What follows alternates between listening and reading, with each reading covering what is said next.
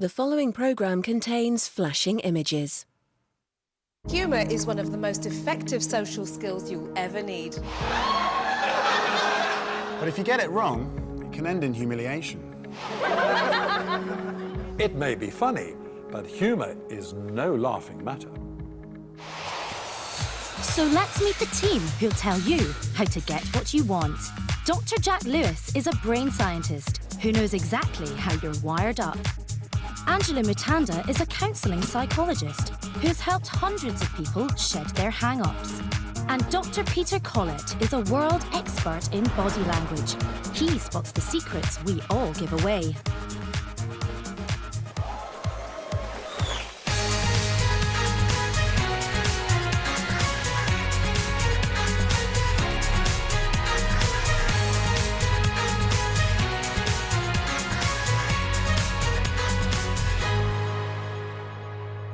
Tonight, we're looking at humour, and we'll reveal how just the right joke can bring you romance, get you promoted, and even help to bring world peace. A sense of humour is one of the greatest gifts, because if you can get other people to laugh, the world is your oyster. Back in 1995, the world of politics took a positive turn. Boris Yeltsin and Bill Clinton are meeting to discuss the serious matter of US-Russian relations. But the tone changes dramatically when the two of them appear before the world press. Watch what happens when Yeltsin has a good-humoured dig at the assembled journalists. Well, now for the first time I can tell you that you're a disaster.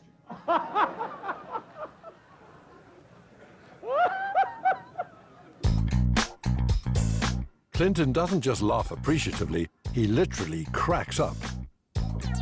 He tightly closes his eyes and leans forward. His knees appear to buckle as if he's lost his composure. Next, he congratulates Yeltsin with a pat on the back. He then moves up a gear and amplifies his performance by covering his face and wiping away imaginary tears. Clinton is flattering Yeltsin by showing how irresistibly funny he finds him. This is pure diplomacy in action. But you don't have to be a world leader to make wisecracks. Everyone wants to be funny. Wit is a very attractive quality. In fact, having a good sense of humour is always the #1 priority for people on the pull. Why is that? Being witty is rated as both a sign of intelligence and a symbol of dominance. If you have a razor-sharp wit, it will certainly help with chatting someone up. Take James Corden, an average-looking guy with an above-average hit rate with the ladies. One of Britain's most popular comedians, he's a real master when it comes to dazzling women with his wit. He's the perfect example of how you can use humour to your advantage as a secret weapon when you're flirting. James is a very charismatic, very funny guy, and he's successful and he's charming. If I was a woman, I would. Stop being mean to me! I'm not being mean. You are, because you're trying to throw me with your dazzling eyes. Don't worry if you're not a professional comedian. We can all use humour to help impress a potential partner. To see this in action, we filmed a typical dinner party with 6 single people and discovered how important the ability to tell a joke is.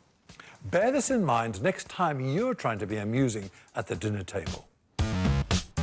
Angela and I went undercover to observe how a mixed group of strangers use humour to make friends and appear attractive. Our first guest is easygoing Karina. I think it's quite important for a guy to make you laugh. Next we have Martin, who refers to himself as a young Peter Kay. I tend to like women more who like my sense of humour. Self-confessed ladies' man Dominic is next. Very important to get the girls to laugh. Then it's bubbly brummy Casita. If I had to choose between being funny and being amused, I'd definitely rather to be amused. Closely followed by Eleanor. I usually crack a few jokes just to kind of show to someone that I'm getting along with them. Finally, Cockney wide boy Michael. I'd always want to be funny than being amused. Right from the very start of the meal, there are clear gender differences in how they initiate and respond to humour in order to bond or blatantly grab the limelight. Did anyone else eat anything before they came here? Or were they kind of saving themselves? There's not many service stations on Tube. The unspoken agenda of these guys is to get everyone's attention through laughter, a common feature whenever men compete for the role of court jester. Spandex pink wig and a tank top. With juicy written on my mug. Watch and learn from Martin. He wastes no time in establishing himself as the funny man. At the start of the evening, even before the group has gathered, Martin is warming up and firing off comedy lines to break the ice. No, I'm good for that. I don't mix my drinks. Martin is using humour as an integral part of introductions. Guys, if you want to assert yourself as the funny man and get the ladies on side, just watch how Martin piggybacks on other people's stories and then turns them into his own joke. Here, Dominic is telling a deeply personal story about his tattoo. I just got a rose there and some writing, and I've got one on the back of my neck as well. I've got one on the back. What does it say on your arm? It says, "Yea, though I walk through the valley of the shadow of death, I will Take fear a no look at my evil." life in real life. There's nothing left, yeah. Bella Coolia, Bella Coolia. Come on. Oh, yeah. This is a tactic that Martin employs several times during the course of the evening. But use this ploy with caution, as it can backfire. In the island that I kind of stayed in, where they did like a lot of cheap tattooing, Koh Phangan and Koh Tao, but they were doing bamboo tattooing, I think it's called, and apparently it's really, Is that really where they more sit at the painful other end of the than room normal with a bamboo tattooing. shoot? And that doesn't put any toxins in you. Sort of just go... And also, like, the idea... Martin's attempted another intervention of somebody else's story and tried to hijack it, and this time it didn't work.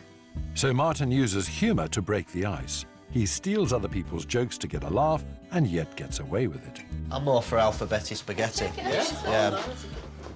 Still learning to spell. So By making himself the butt of the joke, Martin is cleverly disguising the fact that he's been dominating the conversation all evening. Meanwhile, Dominic exhibits completely different behaviour in order to ingratiate himself with the group. He's constantly displaying his appreciation of the other guy's humour with facial expressions and gestures. When responding to someone else's jokes, Dominic throws his head back and pinches his eyes, signalling that he's completely overwhelmed and amused by what's been said. Finally, just like President Clinton, Dominic wipes away an imaginary tear. His obvious appreciation of other people's humour makes him instantly likeable. He's a little bit of a dark horse, just sits quietly like He's not a dark mountain. horse because he's confessing everything. OK, so that's the boys, but how do the girls contribute to the proceedings?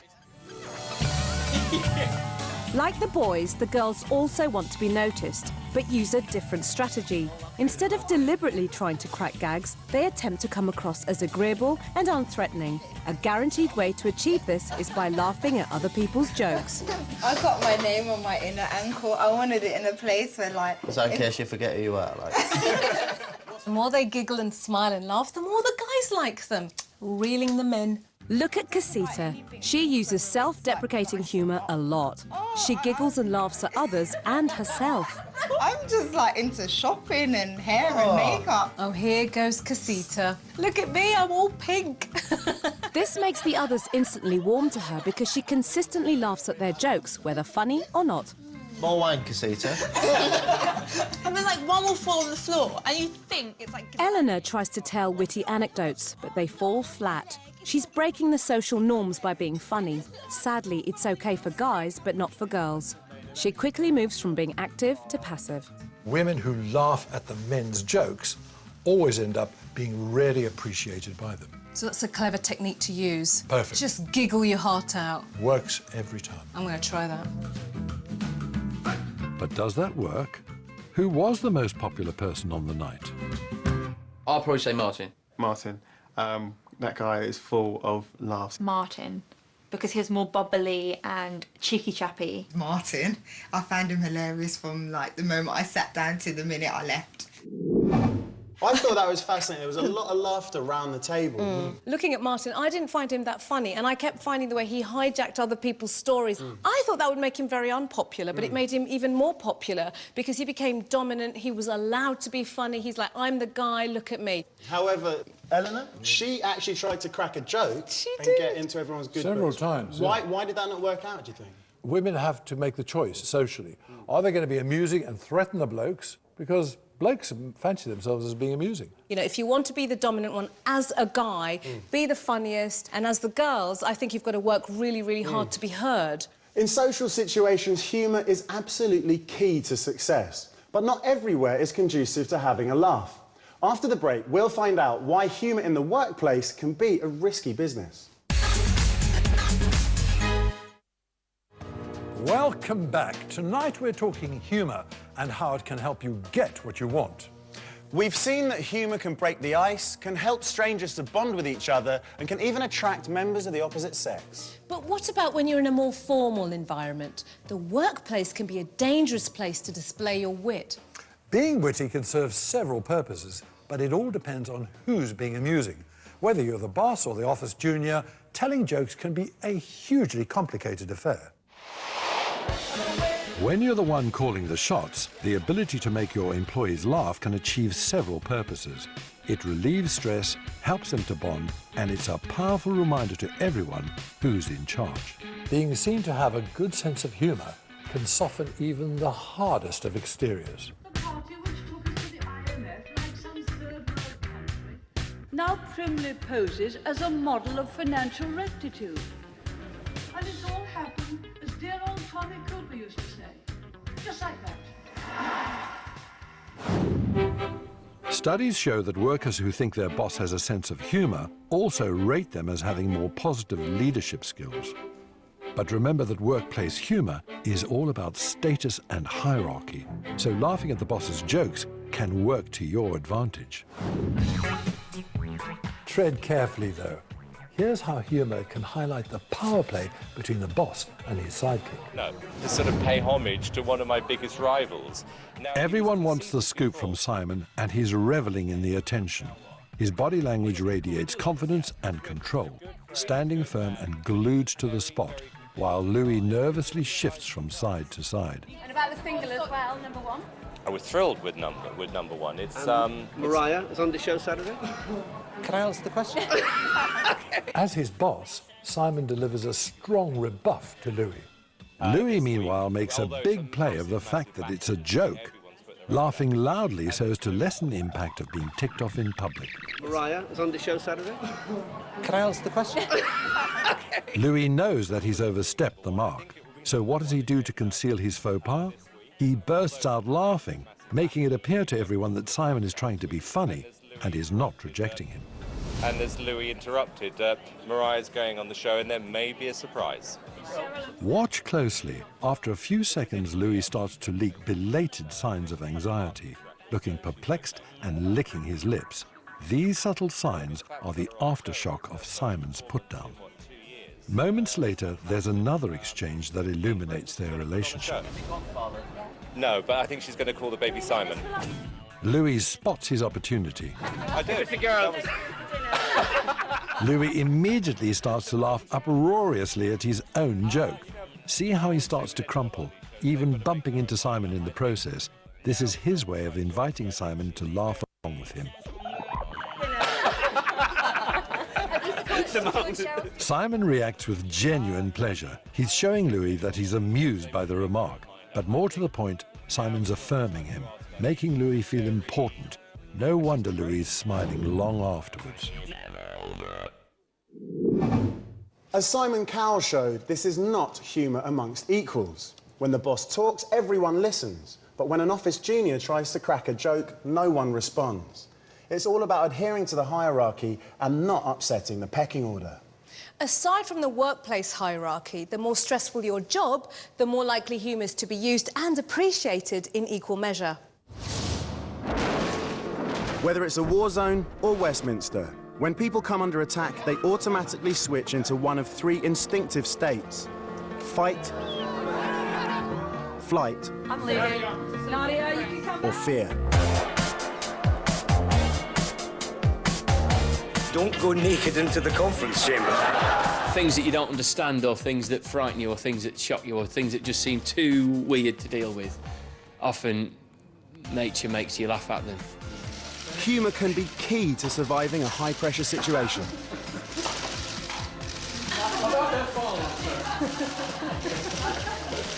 was trying to escape. It didn't work. When public figures find themselves in stressful situations, they often like to crack a gag to show they're unfazed and still in control.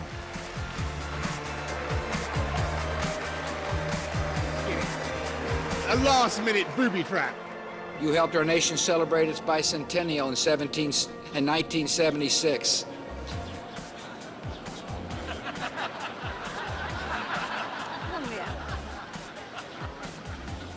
She gave me a look that only a mother could give a child. Using humour under pressure is the perfect antidote when you're feeling down. It allows you to let go. Being funny is a survival instinct and a coping mechanism in stressful situations. Getting the giggles can be a great tension release. One of the reasons why laughter sometimes appears in unexpected situations, like funerals, is that it can be an involuntary nervous reaction. People often say, I didn't know whether to laugh or cry. And it's true. The physical release of laughter is almost as profound and powerful as having a good cry. Maybe that's why we feel that perverse urge to laugh in distressing situations. Either way, both the physiological and the social benefits of laughter are incredible. A psychological and physiological trait, laughter is universal. It doesn't matter who or where you are, we all do it. I love making people laugh. It's a genuinely lovely, pleasurable thing to do. Hopefully for everyone involved, but not always. We don't only do it when we're amused. It's also an instinctive part of human behaviour that kicks in when we're nervous and uncomfortable. Am I a virgin? And we even titter when we're surprised and shocked. Mummy. Second very quick question. Have you ever considered marrying a Scotsman? Will you marry me? No, stop laughing. You are for no reason. Do you want to explain? No.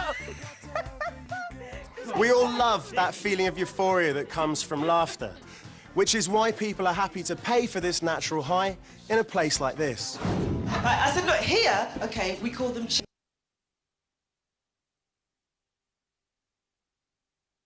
call them Americans. Then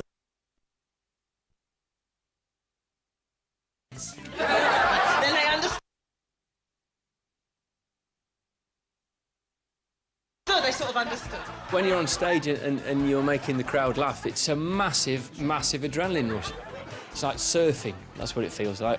See, there's a lot of energy in the room and you're kind of focusing it and harnessing it and using it. It's a rush, definitely. Contagious laughter is a powerful social glue. Its tension-relieving effects help to break the ice amongst a larger and larger group of people as the laughter spreads from person to person. The first laugh we're going to do is called greeting laugh. Another way to enjoy hysteria in public is to take part in a laughter yoga session. Someone in the eye and have a Primarily a health technique, it's claimed that the latest form of yoga goes a long way towards boosting your immune system and provides the equivalent of an aerobic exercise for your heart. When you're stressed, levels of the stress hormone cortisol shoot up, which suppresses your immune system. But when you're having a hearty laugh like this, it reduces your cortisol levels and boosts your endorphins, those happy hormones, leaving you feeling warm and relaxed. Laughter yoga classes were launched in 1995. Today, more than 6,000 laughter clubs take place in 60 countries around the world. Once you come in here, like, it sort of opens you up, and like what the class does, it breaks down barriers, and I've been laughing so much, like almost cried, like it's a good feeling.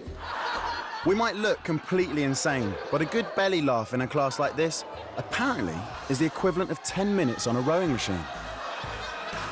Laughing like this is a real release. It engages every part of your body and weakens muscle control so that you fall over, curl up, and sometimes even wet yourself. Now, when you make other people laugh, it makes them feel good, which means they will end up liking you a little bit more.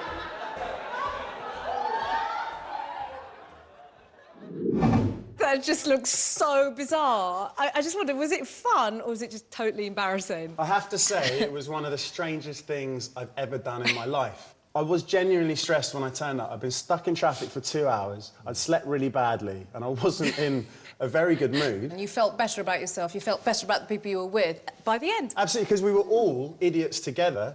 It's the fact that the activity induces certain emotions which you now share in a kind of communal sense. So you're all emotionally on the same page. Yeah, absolutely. I came out of there feeling alert, quite euphoric. I'd really recommend it to you. So you dropped your stress and zinced up the feel-good hormones. Absolutely. Laughter makes us feel so good, we'll pay good money to experience the same feeling in a comedy club. After the break, we'll discover just what it takes to stand up and make people laugh. Welcome back. Now we've seen the euphoric effects of laughter and the benefits it can bring in helping people to bond together, we need to work on how to ramp up the laughs. Now we'll reveal the essential tools you need to deliver a joke with maximum effect. So, how do you actually tell a joke and make it work? An essential aspect of humour is the element of surprise. People love spontaneity. People love it when people come up with something just totally in the moment. Catching your audience unawares with simple yet effective wordplay can work wonders in boosting the laughs. Right, I was doing a 3-night run. On the first night, a guy just goes, "Hey, buddy, we got a fat, limey Iranian hump. Hey, buddy, you fly in from where? Bongo land? You trying to make me laugh? What am I, a putz? Hey, what do you want to do? Take a few hostages, you big fat tub of crap? Hey, you take your itsy-witsy Iranian ass, you get the hell out of here." And that was passport control.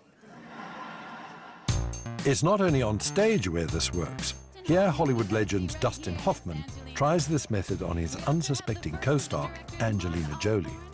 But I just want to say one thing, because no one has asked the question. There was a point in time when Angelina could have chosen between me and Brad. And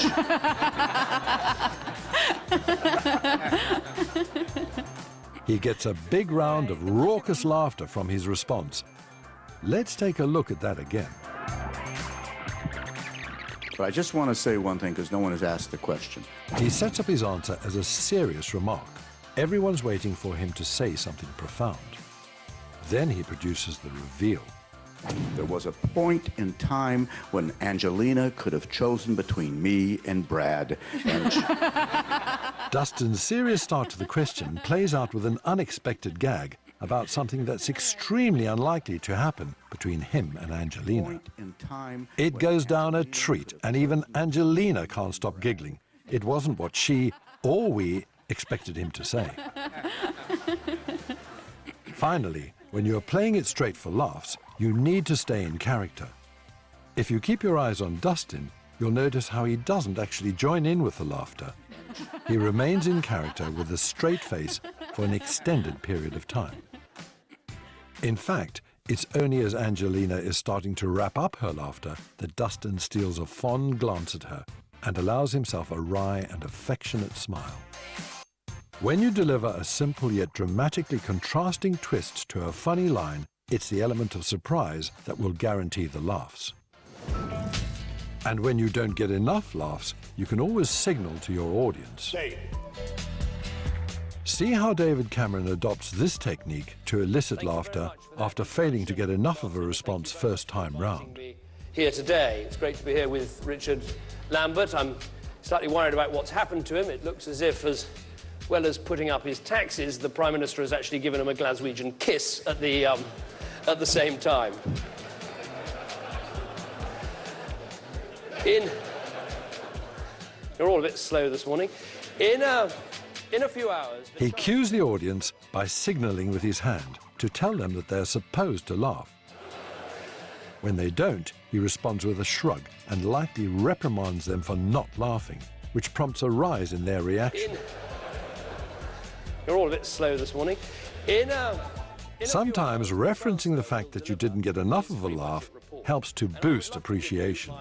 If you say something and it doesn't go to plan, there's one word that you can say at the end of any joke that's gone wrong, and it will work every time. Anyway. And that's it. Everyone knows this anyways, but I've just now said it. It's been documented. Anyway. So in all sorts of everyday situations, these kind of techniques can really help you make the joke work. So that's how to deliver a good gag, but how do you prevent it from going wrong? How far can you push a joke before you've gone too far? How are you well? Whilst we've seen that laughter is universal, the same cannot be said about humour. What a wonderful sight this is. 350 Asian people, all in one room. And all from just the one family as well. The very nature of an in-joke bypasses social conventions. It's a form of wit that is a uniquely exclusive and inclusive experience. The person cracking the gags forms the ultimate bond with their audience by laughing about shared cultural experiences. Nigerian men, but there's two things about Nigerian men, right? One is they cannot answer a question straight. Like, you can ask a Nigerian man something as simple as, what's your name? And they say, hey, come on. Yeah? What do you need to know my name for? You're like, well, it's standard procedure for a passport application. I don't make the rules, I'm just saying. The thing with in-jokes is that it's more about the comedy of recognition. Black parents don't understand about pocket money, OK? I asked my mum for pocket money. They don't understand why a child wants pocket money. I asked her for money, she said, what do you need money for? If I'm talking about black people always being late to my family, who are always late, then, you know, I'm not really pushing any boundaries with that. However, it starts to get a bit difficult when you start to cross over into different groups. It's human nature for people to use humour to try to fit in, but you risk your repartee when you start cracking gags outside of your social group. Feminists say, and you may agree with this, you may not, feminists say, a woman's work is never done. All I'm saying is, maybe, if they got themselves organised, it'd be better. As we all learnt recently, when an in-joke reaches an audience that it was never intended for, the fallout can be catastrophic. The BBC has suspended its presenters Jonathan Ross and Russell Brand over the prank phone calls they made. To say something like that at 10:30 on Radio 2, late-night, risque radio show, that seems entirely reasonable to me. A storm in a teacup. Absolutely disgusting. Jonathan Ross has got a mouth like a sewer. If an audience trusts you and they know that they know where your heart is in stuff, there isn't anything you can't realistically talk about. I think the interesting thing is I'm allowed to laugh at Andy's jokes about Nigerians because although I'm not a part of the in-group, she's the one making the joke and I'm allowed to laugh. In-jokes are all about bringing groups together and defining the parameters and the boundary around a group. You're a female cracking a joke about women, it's permissible because that's laughing with. Yeah. If, on the other hand, it's a bloke making the same joke, it's laughing at. It's not on. It's not on because actually, as the person on the receiving end, you feel like a victim or you become immediately defensive about that and say, what do you know about it? So it has to be that thing about everybody has an understanding of what's being said and an experience of it that they can all laugh along with and agree with. Humour can be a psychological minefield. Being funny can lead to success, but you've really got to be careful how far you push it. Now, bearing this in mind, is it really possible to teach someone to be funny? We can't turn you into a comedian overnight, but there's some really effective methods that you can use to win your audience over in almost any setting, even a comedy club. I'm in London's West End with professional comedy coach Logan Murray to put this fledgling comic through his paces. That's a good joke. Yes. With over 25 years in the business of being funny, Logan has taught a wealth of top names from Rod Gilbert to Eddie Izzard. Criticism is that should be out to the audience. You're losing half the expression because it's all... That feels like... We're going to give computer programmer Tom Elliott some key tips on how to perfect his performance before putting him on stage for his first ever professional gig. Do you know what? That was pretty good. Yep. But I think we can help him improve with just a few simple techniques, don't you? Yeah, well, there's a couple of things that could be said which I wish people had said to me at the beginning of my career. Yeah. You know. Should we get him in? OK. Hey, Tom. Hi, Tom. Hi. How are you? Make yourself, have a seat, have a seat. We've just watched you doing your stand-up, which I thought was pretty good. I thought your material was really funny, but you seemed almost apologetic about it, in that you hardly looked at the audience and your shoulders were drooping. You're not performing at, you're actually talking to. an audience, aren't you? And I know you know that, but you're actually, that's why the eye level thing, about looking them in the eyes. If you're going to show the audience something, don't have your face in profile. Let them know how you feel about something. The same set of skills that you'd use on a first date to try and charm people, exactly the same thing you're doing in front of a crowd, all right? They want to like you. And you seemed a little bit scared. Is that how it felt? Yeah, you know, Yeah. a little bit. I wanted Yeah. to kind of distance myself. Yeah, it did feel like you distanced yourself. I have a habit of looking over them Right. rather than at them, and I know that's something I have to adjust. It's just forcing myself to do it. And actually, your voice was quite quiet.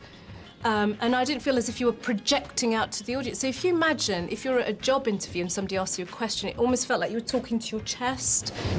I had sex on a first date once. It was messy, unpleasant, and rather embarrassing. They're never going to let me back in that cinema.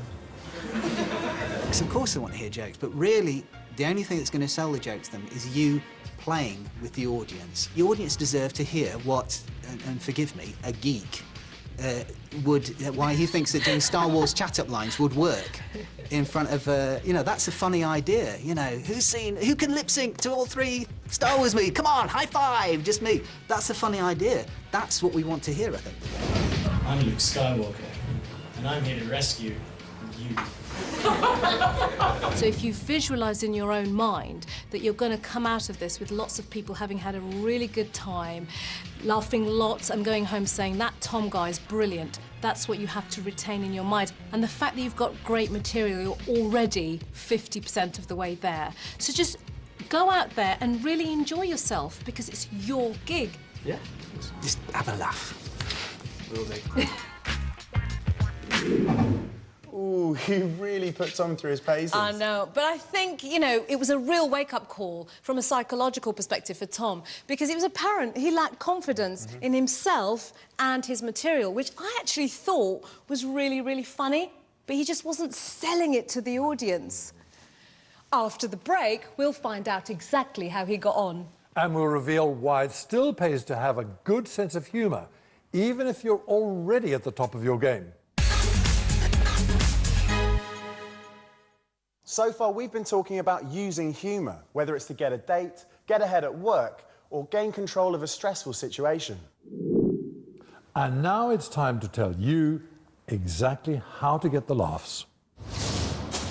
Hey, Tom. Hi. How are you? Earlier in the show, comedy coach Logan Murray and I gave fledgling comic Tom Elliott some simple psychological tips on how to perfect his performance. You're not performing at, you're actually talking to an audience. Visualise in your own mind that you're going to come out of this with lots of people having had a really good time, laughing lots and going home saying, that Tom guy's brilliant. The same set of skills that you'd use on a first date to try and charm people, exactly the same thing you're doing in front of a crowd, all right? They want to like you. So let's see if Tom uses our tips and gets the audience reaction he wants. It's Tom Elliott, ladies and gentlemen, Tom Elliott! When you're on stage and it's going well, it's a real adrenaline rush. It's not a normal thing to do, and you're aware of that every time you do it. And every time before I step on the stage, I'm absolutely terrified. Just for a few seconds, you just think, who am I? What do I do? How's this going to work? Hey, everybody, you all right? Yeah, good. So, something you may not know about me, I was recently named Ladies' Man of the Year at the Milton Keynes Star Trek convention. So, I thought I'd come here and share with you some of my top dating tips. Tips that are patented and have never failed. More than 3 times consecutively. Generally, when you're on a stage, you have to be aware of who you are and that people will throw stuff at you, and you have to have a sense of humour about yourself. So, tip number 1, chat-up lines. I personally find that the best chat-up lines are science fiction quotations. Permit me to demonstrate. Where we're going, we don't need roads, baby. Notice how Tom is already focusing far more on the audience. He's looking straight at their faces and not over their heads.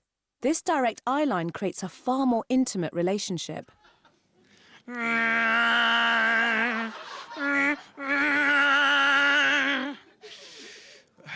Oh, yeah. It's all about the Wookiee, my friend. Tom is really getting it now and is connecting directly with the crowd, creating an instant and appreciative response. They're now in the palm of his hand. Yeah. With those lines, guys, the women will be begging for your phone number.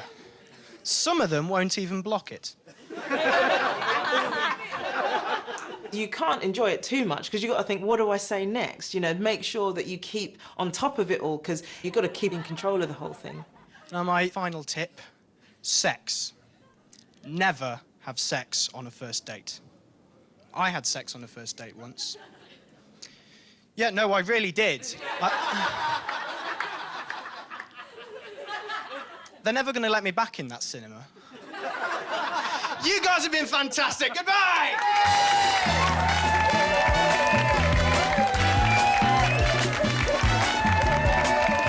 From where I was sitting, Tom went down a storm. His newfound confidence in himself and his material has worked wonders.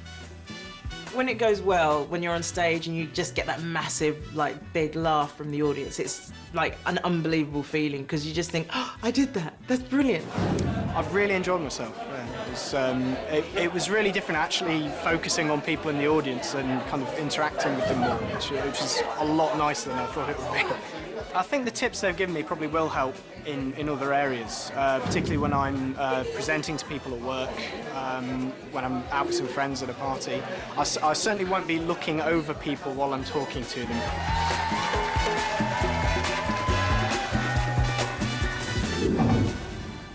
Well done. Great stuff, Angela. A bit of a triumph there. Oh, it was good. Did you see how his dramatic increase in confidence enabled him to draw in the audience? Absolutely. Once he'd truly learned to believe in himself, his body language completely changed. It was really, really noticeable.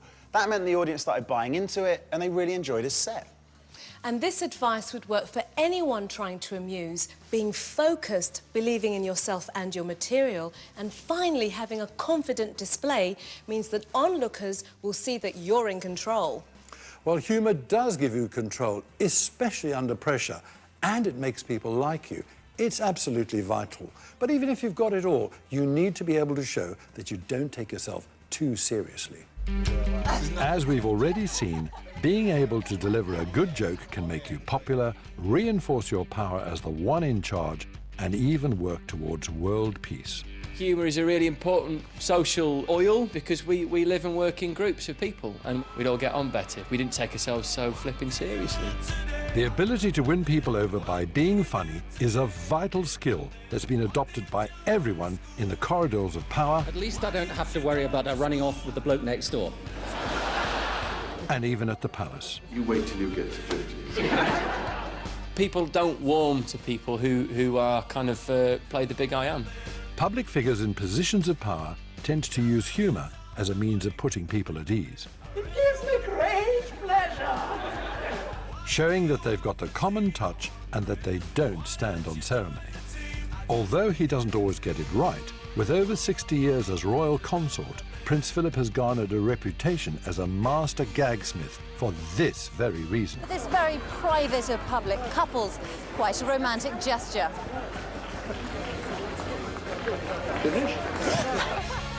But why do the royals like to amuse? People respond well to people with a sense of humour. It puts people at their ease, I think. It lightens the mood. It tells people that you're not taking the world too seriously. You know, nobody likes it when people take the world all too seriously and all really self-important. So it's a really nice way of communicating with people.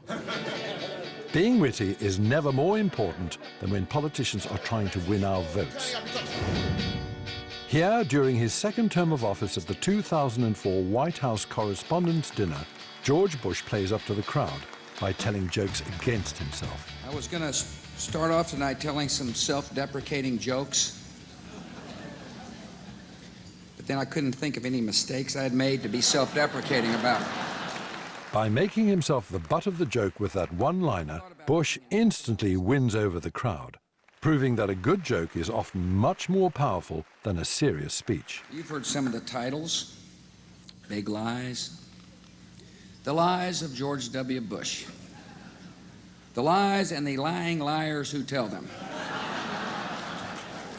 I'd like to tell you I've read each of these books, but that'd be a lie. Of all the world leaders who use humour, there's only one real master of the one-liner. And frankly, he's so good that he could give up his day job and go on tour. He's the most powerful man in the world and one of the funniest.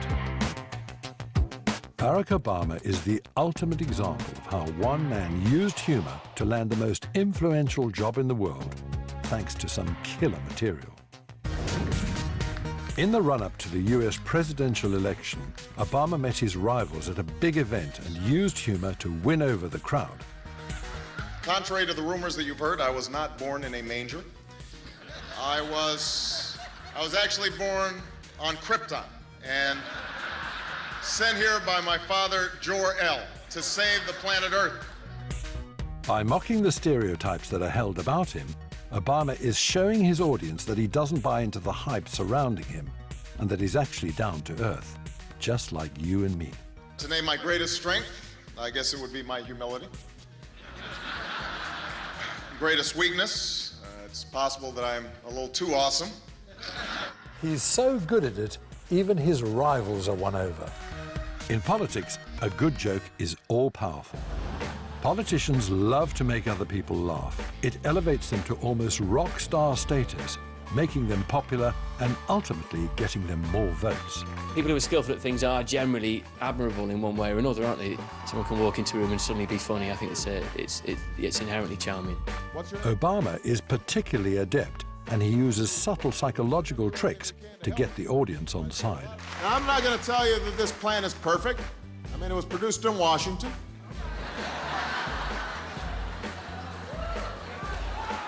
When he doesn't get quite enough laughter, he deftly uses his body language to cue the audience into ramping up the laughs.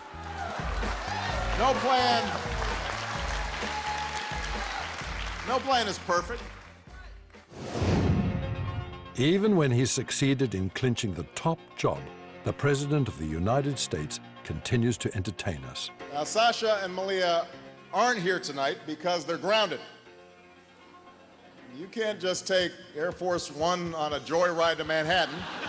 I don't care whose kids you are. President Obama shows us the power of a good joke. It's not just his policies that are winning people over, it's also his personality. Finally, I believe that my next 100 days will be so successful, I will be able to complete them in 72 days. And on the 73rd day, I will rest. So humour really is one of our most powerful tools. But what have we learned about the psychology of humour? Social setting is everything.